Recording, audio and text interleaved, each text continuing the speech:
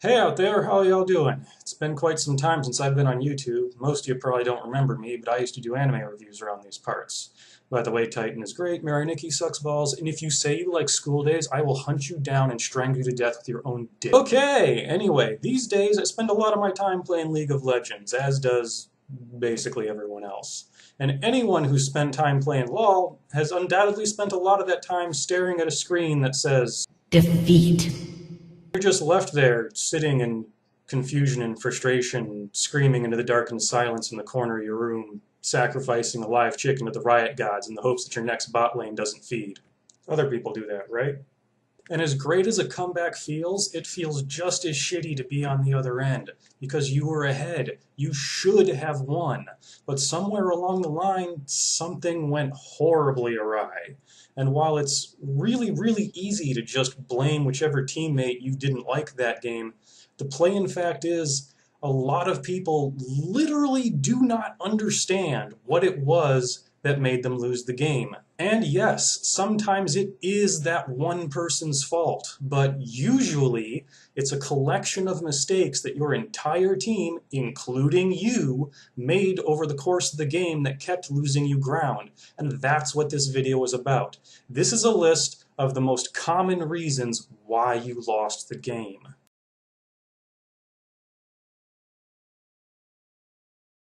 So first off, I'm going to tackle the big angry elephant in the room, and that's this complaint. But I was a million, -5 a billion. It couldn't have been my fault. Alright, pretty much every single person who has played League has felt like this and used this excuse. It's the national anthem of people who complain about ELO hell. And yes, your score does mean something. It's not irrelevant, but it is far from everything. A lot of people seem to have this mentality where all they have to do is get fed and then the victory will just fall into their lap. It doesn't work that way. There are a lot of ways that you can misuse your being fed. First, what Sky said. If you're doing well and somebody else isn't, you need to roam and help them. If you're crushing your top lane 5-0, but your mid is sucking 0-5, then your teams are even. You have a fed player, but so do they. So as long as it's just you getting fed, you're not actually giving your team an advantage. Second, you got really fed. Great. Then you started getting really cocky and started making a lot of really dumb, careless plays that you wouldn't normally make. Good players do not get and stay fed by just making tons of risky, stupid plays and assuming that their fedness will save them. Sooner or later, that always backfires. Because here's the hidden downside to being really fed. And that's that the more fed you are, especially when you're the only one who's fed, the more your mistakes hurt your team. If your team has 10 kills and you have 8 of them, you are holding way more than 1/5 of your team's power. Which means that if you're screwing around and finally get 3-man ganked and die, your team lost a way bigger chunk of their ability to win team fights than if one person on the other team had died. Which means that even if you take one of them with you during the gank, your team is still at a disadvantage. Third, is something I have seen happen in literally hundreds and hundreds of games. So I'm going to throw some Zen hippie bullshit at you about why you got fed and still lost. And that's that you didn't want to win. Wait, what? Of course I wanted to win, you stupid noob. Oh, really? Then why were you farming minions instead of taking towers? Why were you busy chasing the enemy Blitzcrank across the map for 2 straight minutes when their inhibitor was wide open? Why were you going back to finish your build instead of just ending the game? Because here's the thing, you may have wanted to win, but you didn't want to end the game. You wanted to feed your ego. You wanted to wave your E-peen around showing off how strong you are and have fun getting lots of free easy kills. You wanted to get to your full build and pretend to be an RPG boss. This is my final form! You didn't want the game to end because then you'll have to go back to being a lame-ass, level 1, no kills, no score, no items Magikarp. But guess what? This isn't Call of Duty. Your score doesn't win the game. There is no nuke that drops when you get a big enough kill streak. And here's the thing, ironic as it is, the longer you wait and stall to end the game, the less your awesome score means. Because you can only get to level 18. You can only get 6 items. And if you dick around long enough, then no matter how far ahead you are, eventually the enemy team will catch up. And when everyone's sitting on 5 or 6 items, every single one of your 50 kills doesn't mean a goddamn thing. But towers and inhibitors still do, because no matter how fed you are, you haven't won shit until that nexus blows up. So the next time you get ahead, start asking yourself, do you want easy kills, or do you want to win the game? Do you want full build, or do you want to win the game? Do you want a better KDA, or do you want a better win ratio?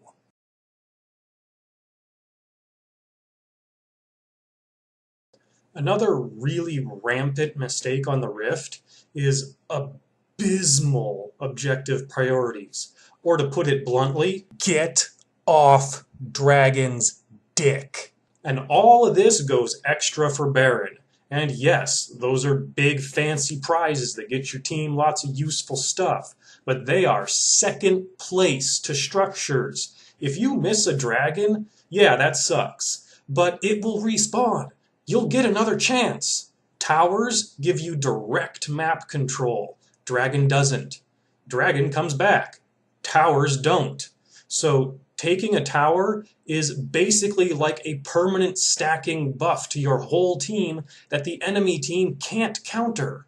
And yeah, inhibitors do come back, but they give you even more map control than towers do and make it way easier to win the game. Win! And as far as taking Baron goes, for real, just stop it, okay? Stop. Stop acting like its name is Baron H. Christ, okay? Yes, it's a powerful thing to have, but it's also pretty much the biggest risk you can possibly take. Tons of pro players will tell you Baron loses games, and don't even try to pretend like you haven't seen that happen. If your team is ahead, you don't need Baron. You're already winning. You're already ahead. The enemy team, they're the ones that have to make the big risky plays to try to get back on track. All you have to do is ride the snowball and not give the enemy team a chance to come back by stealing that clutch Baron from you. And on that note, stop letting the enemy team smite steal your Charizard or Gyarados from you like their name is Team Rocket, okay? And let me be clear, that does not mean blaming your jungler for getting outsmited. Shut the f*** up.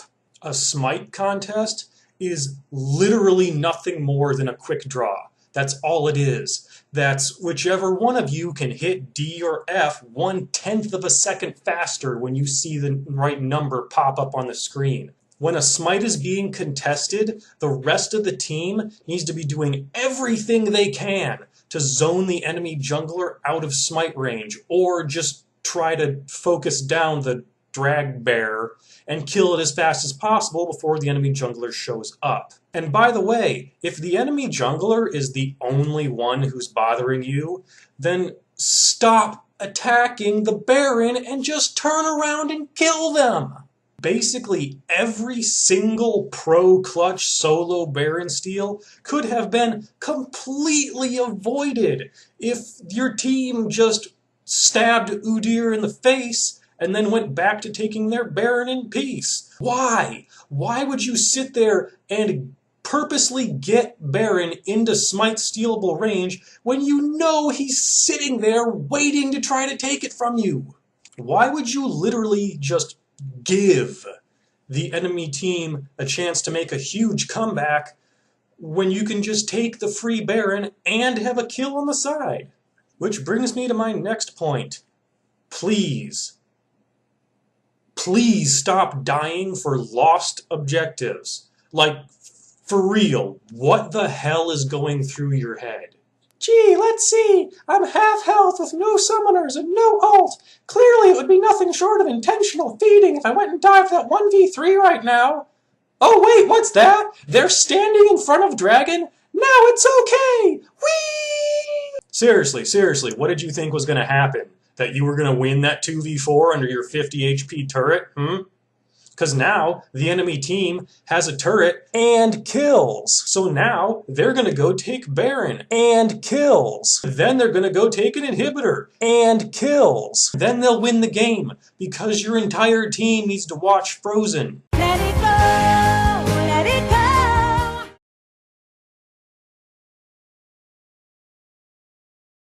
There is one thing you will always see in solo queue, and it has decided more games than AFKs, DCs, speeders, trolls, and Fiora combined.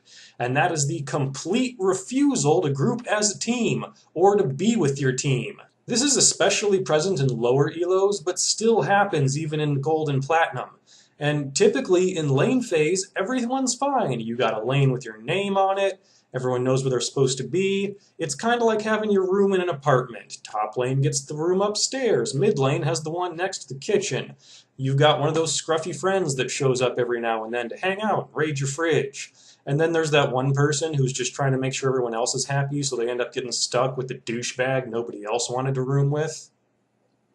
But once the walls come down and laning phase is over, most people don't really know what to do, and they just kind of aimlessly wander around waiting for something to happen to jar them into action, which usually means everyone just meanders about until somebody gets caught being alone, and then the other team is like, oh shit, we should push now. If your team is ahead, you need to abuse your lead and force fights and objectives that the enemy team can't stop you from taking. If your teams are even, you need to be quick and proactive to make aggressive plays that will get you a lead. And if your team is behind, you need to take advantage of any slack in the other team's pressure so that you can get back on your feet. And all of these things are done most effectively by a full team of 5 people. A team working together as a single unit will win way more games and win them way faster than a team that just stumbles into victory by luck of who got caught. Okay, pro teams see an opening and will not hesitate to use their full force to put a vice grip on the enemy team's balls. This is especially true when you're against a team that has like Nasus and Jax on it that you need to shut down before they get too big to fail. But I guarantee you, nothing, I repeat, nothing, will throw a game down the toilet and flush faster than when one of your teammates, you know which one, decides that half a minion wave is way more important than that team fight that you know is about to happen, or the fact that they're 2 steps from the enemy base and have no vision in a 3-mile radius. And yes, it is almost always the ADC. Every single one of you does that. And if you even try to tell me that you don't, I really hope you're not religious, because you're about to get smited like a wraith. I have won dozens upon dozens of huge comeback games by literally just telling my team to sit and wait for you to do that. And it's like clockwork. And you never learn. If you're going to ward a dangerous area, you need to get your team to escort you. If you want to farm, you need to do it where it's safe. And if you want to split push, you need to do it at a good time, not when the enemy team is murdering the rest of your team, because now it's 4v5. And the later in the game this happens, the more it hurts you. If it's 10 minutes in and you get caught and lose a dragon, yeah, it's fine, you can come back. But if it's 40 plus minutes into the game and you get caught like a bitch, you better put some sprinkles on that free Elo Sunday you just handed the enemy team, because that loss is on your head.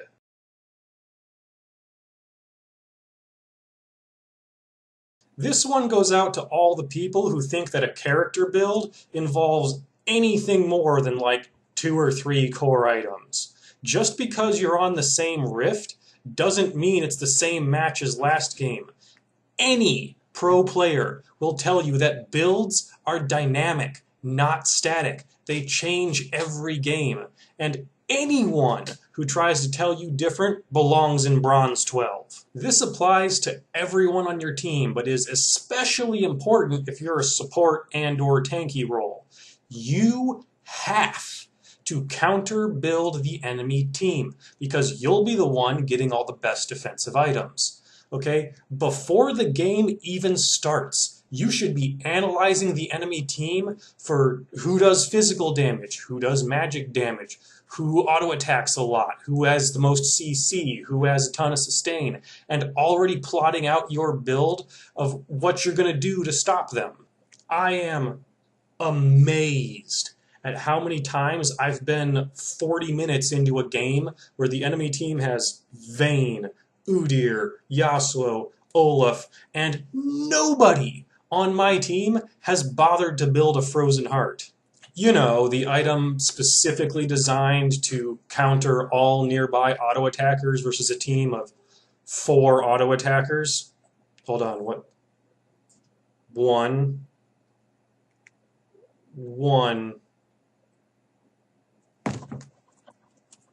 Yeah, get me the president right now.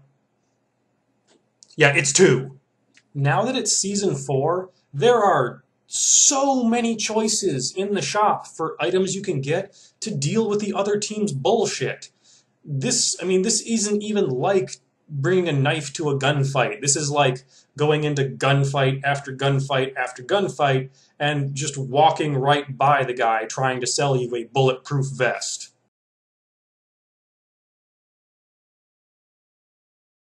Here's something that people don't talk about as much as they should. And while it's a given staple in pre-mades, it's just as important in solo queue. And that's that you have to communicate with your team. If you want a teammate to make a play or ward somewhere or buy a certain item, or if you're going to make a play, especially if it's a weird one, you need to tell them. Don't just sit there in silence and expect your team to magically gain psychic powers and instantly know everything you want, and then get mad at them when they don't do it. For example, let's say that you've got a Leona and an Amumu, okay? Fantastic, that's some great initiation you got there. But Amumu wants Leona to engage first, so that he can thwip in with his Q and not have to blow flash, plus he gets to proc the sunlight damage. But Leona wants Amumu to engage first, so that she can get a guaranteed ult combo off and not risk missing. But neither of them says anything, so they just, every team fight, they just kind of stand around waiting for the other one to go first, and waste a whole bunch of opportunities that they could have gone in and engaged and won the fight. Sharing information with your team, and not just flashes down when you die, is extremely powerful and will single-handedly gain you elo. Now, on the flip side of that, if your team tries to communicate with you and you don't listen to them, you deserve the loss you just got. Period. And yes, dipwad, pings count. Pings are an effective way to quickly convey simple information to your teammates. Information like, "Hey, dumbass, get the f*** out!" Or as some people call it, the back ping. And this one drives me nuts, so let me be crystal clear. If you ever hear your team giving you back pings and you ignore them, then absolutely everything that happens to you after that is completely, totally, and entirely your fault. Period. Bottom line. End of story. Non-negotiable. You. Okay? Playing Summoner's Rift means you are locked in a room with 4 people who want you alive and 5 other people who explicitly want you dead as often as humanly possible. And you literally have an alarm going off right in front of your face that says, "Danger, Will Robinson, get out or you will die." And you ignore it and then have the sheer unfiltered whiteness to try to point the blame at anything other than your own reflection, you deserve every single shred of elo hell you get, ADC.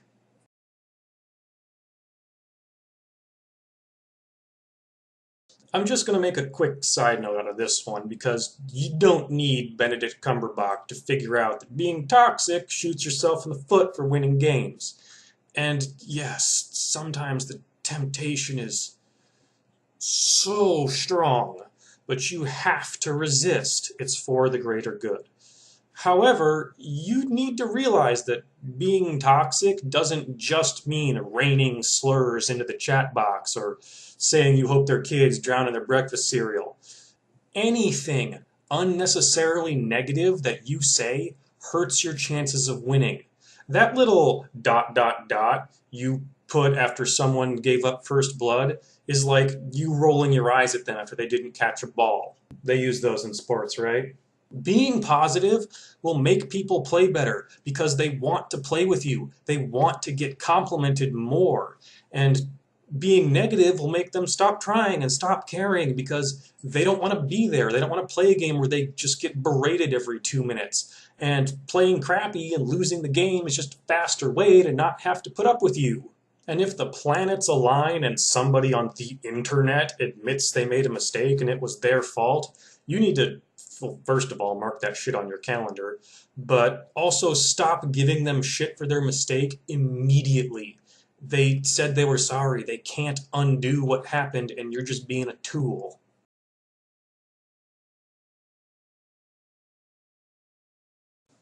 All right. We're almost done here, but last but not least, I really should apologize. I should have bought you a drink first, because I'm about to blow your mind again tonight. Okay.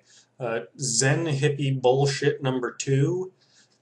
No game in the history of League of Legends has ever been decided by which team made the most mistakes. Wait, what? What the hell does that mean? It means that your username isn't Jesus, and neither is anybody else's. Well, except that one guy. But every single player on both teams is not perfect and will make mistakes. Multiple mistakes even. The team that wins is the one that punishes the other one for the mistakes they make and makes them pay for it. Okay, you can be overextended all game long, and unless that Rengar bothers to jump out and shank you, then your mistake means nothing. Alright, I still remember one of the games I had when I had just hit level 30 and started thinking I was getting good at the game, and for the first time I played against people who were way better than I was, and they destroyed me, annihilated me, like it was just pathetic.